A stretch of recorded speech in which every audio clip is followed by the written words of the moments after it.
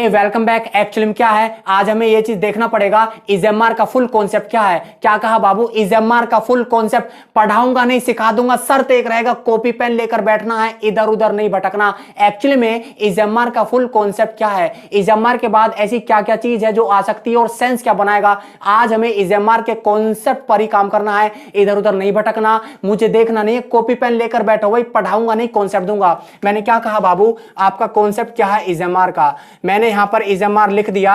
अब यहां पर हमें यह चीज जानना पड़ेगा कि इजेमआर का फुल कॉन्सेप्ट क्या है, इजेमआर का यूज कहां कहां होता है, किस किस के साथ होता है। क्या कहा बाबू, सबसे पहला कॉन्सेप्ट है आपका नाउन। क्या कहा, नाउन। इजेमआर का यूज होगा विद नाउन के साथ। सर सेंस क्या होगा, बताऊंगा, अभी घबराना नहीं है, अभी बताऊंगा। मैंने क्या कहा, उसके बाद होगा एडजेक्टिव। क्या कहा बाबू, दूसरा कॉन्सेप्ट क्या है, एडजेक्टिव का। इजेमआर का यूज एडजेक्टिव के साथ।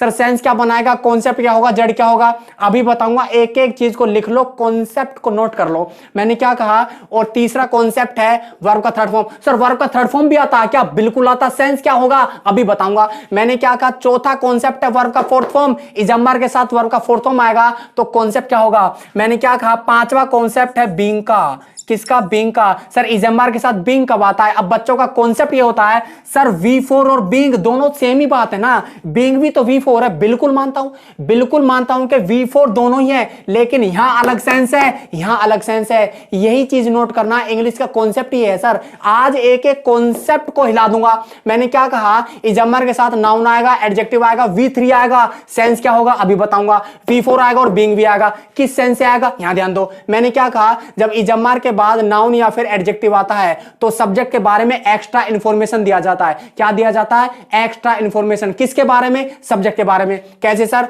जब इजेमआर के साथ नाउन या फिर एडजेक्टिव आ गया तो सब्जेक्ट के बारे में क्या भाई, एक्स्ट्रा इंफॉर्मेशन। एक्स्ट्रा इंफॉर्मेशन दिया जाएगा किसके बारे में, सब्जेक्ट के बारे में। कैसे सर, जैसे कि मैंने यहां पर लिखा he is Ram.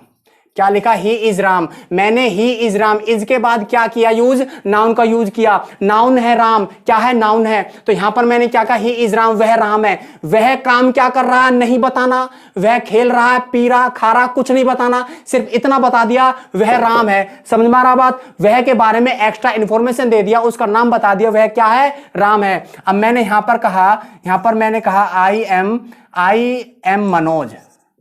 I am Manoj, मैं कौन हूं, मनोज हूं। मैं कुछ काम नहीं कर रहा, चाहे मैं काम कर रहा हूं या नहीं कर रहा हूं, मेरे काम के बारे में नहीं बताना, मेरा एक्शन नहीं बताना। बताना क्या है, मैं मनोज हूं, मेरे बारे में एक्स्ट्रा इंफॉर्मेशन दे दिया। क्या कहा, मैं मनोज हूं। मनोज क्या है, नाउन है। यहां ध्यान दो, मैंने क्या कहा, she is poor. She is poor, क्या कहा, सी इज पुअर। तो सी इज पुअर, इसके बाद क्या है, पुअर है। पुअर एक एडजेक्टिव है। सर सी क्या काम कर रहा है, कुछ काम नहीं कर रहा, सी के बारे में एक्स्ट्रा इंफॉर्मेशन बता दिया, वह गरीब है। समझ में आ रहा बात। उसके बाद मैंने यहां पर कहा you are clever. You are clever, तुम चालाक हो, तुम कोई काम नहीं कर रहे। कोई भी व्यक्ति यहां पर कुछ भी काम नहीं कर रहा, उसके बारे में एक्स्ट्रा इंफॉर्मेशन दिया जा रहा है। किसके माध्यम से, नाउन के माध्यम से और एडजेक्टिव के माध्यम से। यहां पर क्लेवर क्या है बाबू, एडजेक्टिव है। तुम चालाक हो, तुम क्या काम कर रहे हो नहीं पता, नहीं दिखाना, सिर्फ इतना बताना है कि तुम चालाक हो, तुम्हारे बारे में एक्स्ट्रा इंफॉर्मेशन देना। समझ में आ रहा बात। तो यहां पर जब इजेमआर के बाद नाउन आ गया या फिर एडजेक्टिव आ गया तो सब्जेक्ट के बारे में एक्स्ट्रा इंफॉर्मेशन दिया जाएगा, लेकिन सब्जेक्ट कोई काम नहीं करेगा। समझ में आ रहा बात, पढ़ा नहीं रहा भाई, कॉन्सेप्ट है। तो यहां पर यह चीज आपको पता होनी चाहिए, इजेमआर का यूज, इजेमआर का यूज यहां पर जब होगा जब आपका नाउन होगा या फिर एडजेक्टिव होगा, लेकिन सब्जेक्ट कोई काम नहीं करेगा। तो यहां पर यह चीज हो गया। उसके बाद है वर्ब का थर्ड फॉर्म। सर जब वर्ब का थर्ड फॉर्म आ गया तो पैसिव वॉइस बनता है। क्या बनता है, पैसिव वॉइस। कौन सा, प्रेजेंट इंडेफिनिट टेंस का पैसिव वॉइस। लिख लो, जब इजेमआर के बाद, मैंने क्या कहा, जब इजेमआर के बाद डायरेक्ट आपका वर्ब का थर्ड फॉर्म आता है तो यहां पर पैसिव वॉइस बनता है। क्या बनता है जी, पैसिव वॉइस। पैसिव वॉइस किसका, पैसिव वॉइस किसका, प्रेजेंट इंडेफिनिट टेंस का। प्रेजेंट इंडेफिनिट टेंस का पैसिव वॉइस बनता है। तो ये चीज आपको पता होनी चाहिए, प्रेजेंट इंडेफिनिट टेंस का पैसिव वॉइस बनता है जब इजेमआर के साथ वर्ब का थर्ड फॉर्म आ गया। सर एग्जांपल दीजिए, अभी लो। मैंने क्या कहा, जैसे कि मैंने यहां पर लिखा match is played. Match is played, match खेला जाता है। यहां पर क्या है, इसके बाद क्या, प्लेड है। प्लेड क्या, V3। तो V3 क्या क्या कर दिया, पैसिव वॉइस बना दिया। किसके बाद, इजेमआर के बाद। जैसे कि मैंने कहा IMTAUGST, आई एम टोट, मुझे पढ़ाया जाता है, मुझे पढ़ाया जाता है। इजेमार, इजेमार के बाद आपका वर्ब का थर्ड फॉर्म लगा दिया तो पैसिव वॉइस कर दिया किसका, प्रेजेंट इंडेफिनिट टेंस का। लिख लो ये चीज, मैंने क्या कहा, आई एम टोट, मुझे पढ़ाया जाता है। उसके बाद मैंने यहां पर लिखा you are beaten, you are beaten, तुम्हें पीटा जाता है। इजमार के बाद थर्ड फॉर्म तो बना दिया पैसिव वॉइस किसका, प्रेजेंट इंडेफिनिट टेंस का। यहां पर मैंने क्या कहा, मैच इज प्लेड, मैच खेला जाता है। यहां पर यू आर बीटन, तुम पीटे जाते हो। यहां पर मैंने कह दिया आई एम टोट, मुझे पढ़ाया जाता है। तो ये सब क्या है, पैसिव वॉइस है। तो यहां पर ये चीज, जब किसी के द्वारा कोई काम किया जाता है तो पैसिव वॉइस बनता है, किया जाता है, प्रेजेंट इंडेफिनिट टेंस है, इजमार के बाद V3। समझ में आया बात। तो यहां पर ये चीज आपको पता होनी चाहिए। एक एक चीज को लिख लो भाई, पढ़ा नहीं रहा कॉन्सेप्ट है। यहां पर मैंने क्या कहा, इजमार के साथ V3 आ गया तो क्या बन गया, पैसिव वॉइस। क्या बन गया, पैसिव वॉइस किसका, प्रेजेंट इंडेफिनिट टेंस का। अच्छा V4 आ गया तो सर कॉन्सेप्ट क्या होगा, V4 का कॉन्सेप्ट क्या है, जब V4 इजमार के बाद आ गया तो ये टेंस बना देगा। कौन सा टेंस, प्रेजेंट कंटिन्यूअस।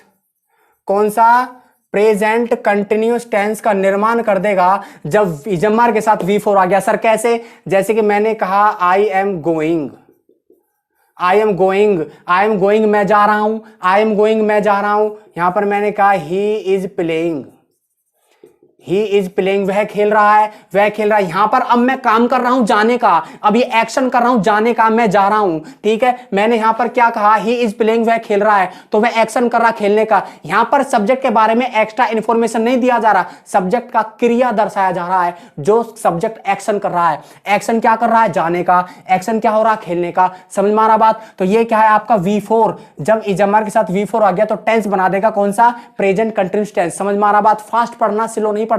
तो मैंने क्या कहा, यहां पर मैंने कहा you are reading, you are reading. अच्छा तुम पढ़ रहे हो, इसका मतलब तुम कुछ काम कर रहे हो, किसका, पढ़ने का। तो यहां पर पढ़ने का एक्शन हो रहा है, तुम क्या पढ़ रहे हो। अच्छा मैंने यहां पर क्या कहा, यहां पर तो मैंने कहा आई एम गोइंग, मैं जा रहा हूं। यहां पर मैंने कहा ही इज प्लेइंग, वह खेल रहा है। यहां पर मैंने कहा यू आर रीडिंग, तुम पढ़ रहे हो, तुम काम क्या कर रहे हो, पढ़ने का। तो एक्शन हो रहा है किसका, पढ़ने का हो रहा है एक्शन। यहां पर ये क्या है, वर्ब है, कौन सा, V4 है। समझ में आ रहा बात, क्रिया को शो कराया जा रहा है, ये है प्रेजेंट कंटिन्यूअस टेंस। तो यहां पर क्या हुआ, नाउन या फिर एडजेक्टिव आता है तो सब्जेक्ट के बारे में एक्स्ट्रा इंफॉर्मेशन दे दिया। यहां पर V3 कर दिया तो पैसिव वॉइस बना दिया किसका, प्रेजेंट इंडेफिनिट टेंस का। यहां पर V4 कर दिया तो टेंस बना दिया कौन सा, प्रेजेंट कंटिन्यूअस टेंस। तो यहां पर ये चीज आपको पता होनी चाहिए। एक एक चीज को लिख लेना भाई, एक एक चीज का स्क्रीनशॉट ले लेना। मैंने क्या कहा, अब यहां पर आपका एक कॉन्सेप्ट है बीइंग का, किसका, बीइंग का। सर जब इजमार के साथ बीइंग आएगा तो कॉन्सेप्ट क्या होगा, देखो जी मैंने क्या कहा, यहां पर जब बीइंग आता है तो ये पैसिव वॉइस बनता है। क्या बनता है, पैसिव वॉइस बनता है किसका, प्रेजेंट कंटिन्यूअस टेंस का। प्रेजेंट कंटिन्यूअस टेंस का पैसिव वॉइस बनाया जाता है जब यहां पर जो है इस इजमार के साथ बीइंग आता है। लेकिन बीइंग के बाद क्या कहा बाबूजी, यहां पर मैंने कहा इजमार, इजएमआर। तो इजमार के बाद आपका क्या आएगा, बीइंग आएगा। तो बीइंग के बाद क्या आएगा, आपका वर्ब का थर्ड फॉर्म आएगा। समझ में आ रहा बात, इजमार के साथ आएगा बीइंग, बीइंग के साथ आएगा क्या, वर्ब का थर्ड फॉर्म। क्योंकि पैसिव वॉइस बिना वर्ब के थर्ड फॉर्म के नहीं बनता। सर पैसिव वॉइस किसका बनेगा, प्रेजेंट कंटिन्यूअस टेंस का। सर एग्जांपल दीजिए, एग्जांपल कैसे होगा सर, यहां पर देखो मैंने क्या कहा, जैसे कि मैंने कहा एन एप्पल, एन एप्पल